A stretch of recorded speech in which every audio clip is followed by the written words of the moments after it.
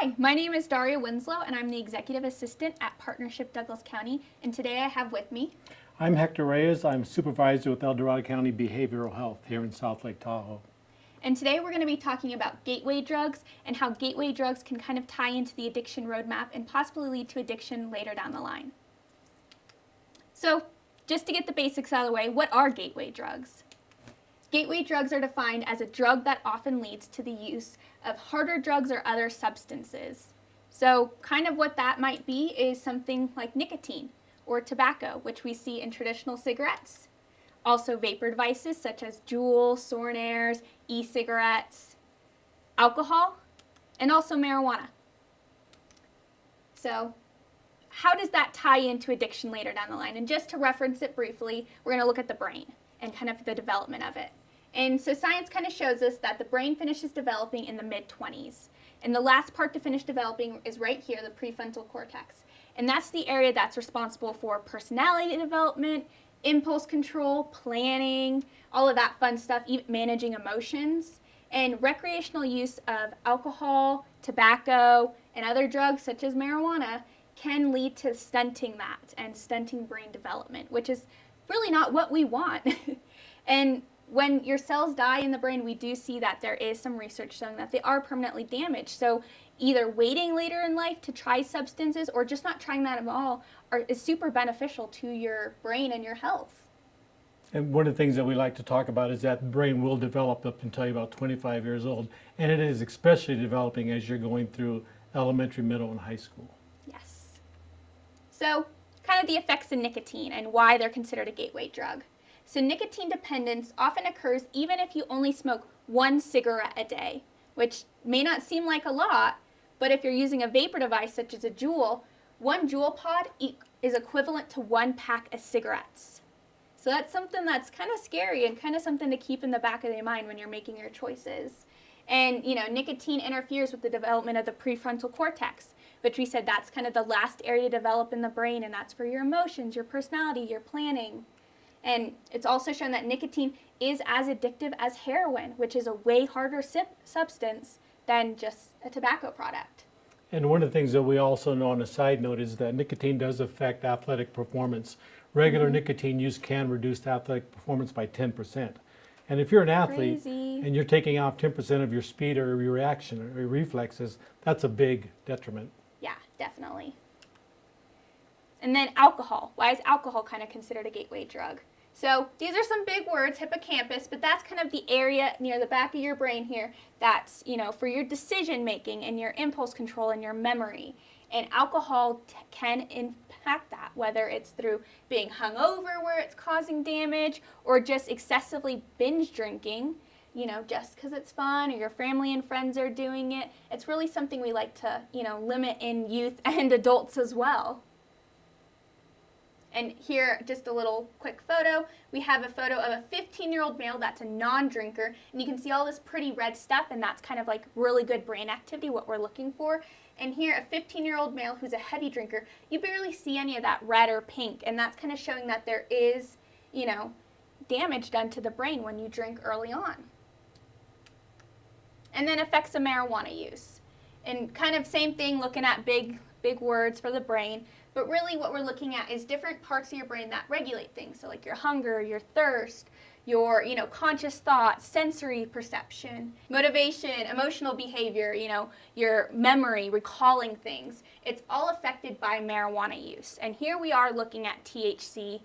Same thing though, CBD is not regulated for youth to use, and we don't advocate that at all. And one of the biggest things that we found in youth that are tinkering with marijuana is that it does, more than anything, it affects that memory. So it does affect your performance in school, your ability to memorize what was taught in school and how to do your homework and basically develop your brain. So marijuana does affect your schoolwork immensely. So those three drugs in general, how do they kind of relate to, why are they called the gateway drugs? And kind of going forward, we're going to use the example of pizza. And I don't know about you, Hector, but I love pizza. And we're going to kind of tie that into leading into addiction and how, we're going to look at nicotine, tobacco, alcohol, and marijuana and how that ties into addiction and why they can lead you to use other substances later down the road. And just some quick statistics. Children who drink are 50 times more likely than non-drinkers to use cocaine later down the line. Children who use marijuana are 85 times more likely than non-marijuana users to use cocaine later down the line. And children who smoke are 19 times more likely to use cocaine than non-smokers. And even though 19 is smaller than 50 and 85, 19 is still higher than 0 and 1. And this is from the CDC. So what we're showing here basically is that anytime you engage in any of these behaviors, the possibility that it could lead to other bigger uses is immense, and that's what we're talking about today. Yes. So the addiction roadmap, kind of what is it? So there's different philosophies in the road to addiction, and one of them is predisposition, where they say that it's believed that families that have addiction in their genetics, it can or cannot be passed on to you. So it's one of the things just to think about in your life is that it could affect you. You could be predisposed to it, and you may not be. We don't know. It's a controversial, it's a discussed issue. What we do know is that addiction can begin with experimentation. And we know this, what Daria was talking about was the first time you ate liver, you probably didn't like it and you never tried it again. That's experimentation. Mm-hmm. First time you tried pizza, on the other hand, yes, you probably thought it was real good. That experimentation led to regular use. So, the first time you had pizza, in your brain it felt good, and the neurotransmitters in your brain said that tasted really good, and that led to your liking it and moving to regular use. We know that regular use can lead to addiction because if you've had pizza once or twice in your life, there's a time when you haven't had it for a month and you'll be craving it. That's what we're talking about by addiction. Your brain is trained to like the things that you like and dislike the things that you don't like. That's the basis of addiction. Yep. And we're going to continue to reference pizza because it makes it easy to understand. And who doesn't like pizza? It's addictive. So nature versus nurture, basically it just tells us that there are things that we've inherited from our parents genetically that we do or do not know about. And there's things that we experiment with and try in our world that become part of who we are. That's basically the philosophy of nature versus nurture. So just to kind of keep in mind, what, just like Hector said perfectly, is yes, you may have something in your DNA or something in your family history that makes you more likely to use a substance. However, it's your choice, and it's environmental factors or environments that you put yourself in that can lead to that later on in life. So think of this question. Do you like pizza because it's in your DNA to really like pizza? Is there a little section that says pizza, pizza, pizza? Or do you like pizza because you see your friends and family eating pizza and liking pizza?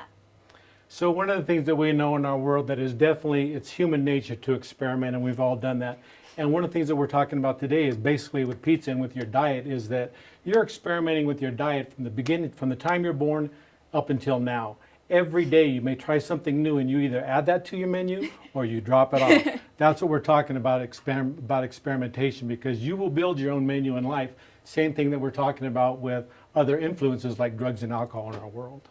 So one of the things that we talk about is regular use. What we were just talking about was once you decide that there's something that you like in your world, like pizza, then that regular use becomes routine and habit. Like we're saying, there's times when I haven't had pizza for a month and I crave it. Mm-hmm. That's what we're talking about. That's where it becomes routine and a habit. So that's what we're comparing pizza to drugs and alcohol, because down the road, some people that use drugs and alcohol, it becomes so routine for them that they seek it later on. Yep. So tying that back in, does your family or your friends use pizza every day, several times a day?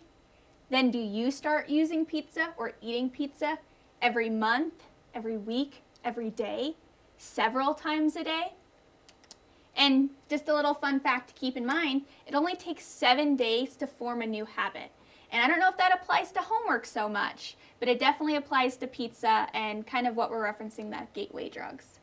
Addiction is an odd phenomenon, but it is real in our life, and it faces us every day like we're talking about. Today we're talking about how we can be addicted to food, but in the same token we can be addicted to other things. And one thing I wanted to mention is that addiction doesn't have to be a negative word, because addiction can be a positive thing. Just because you're addicted to pizza is not a bad thing. Pizza's good. Pizza's healthy.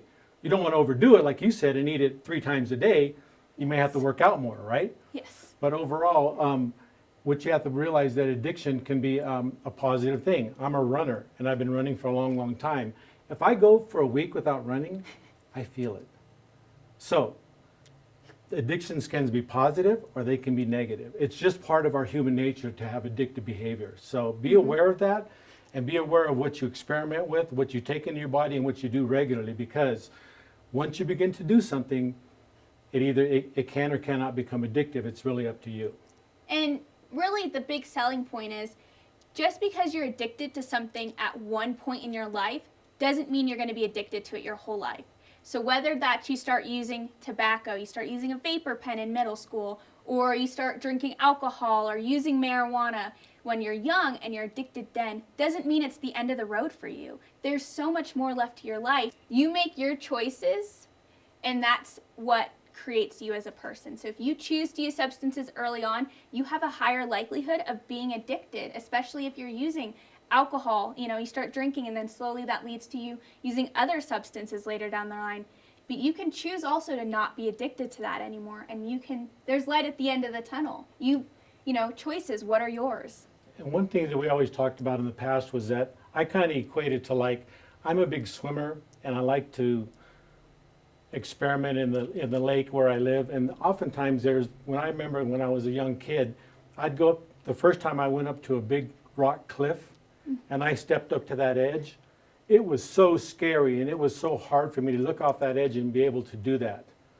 Didn't do it the first time. First time I walked back down the cliff, right? Yeah. The next time I went up to the edge and I jumped off. And it's like experimentation. After you do it the first time, things get easier. Yes. So I think, Daria, my message today is that if you can hold off using drugs for as long as you can, please do. It is your choice. Yes.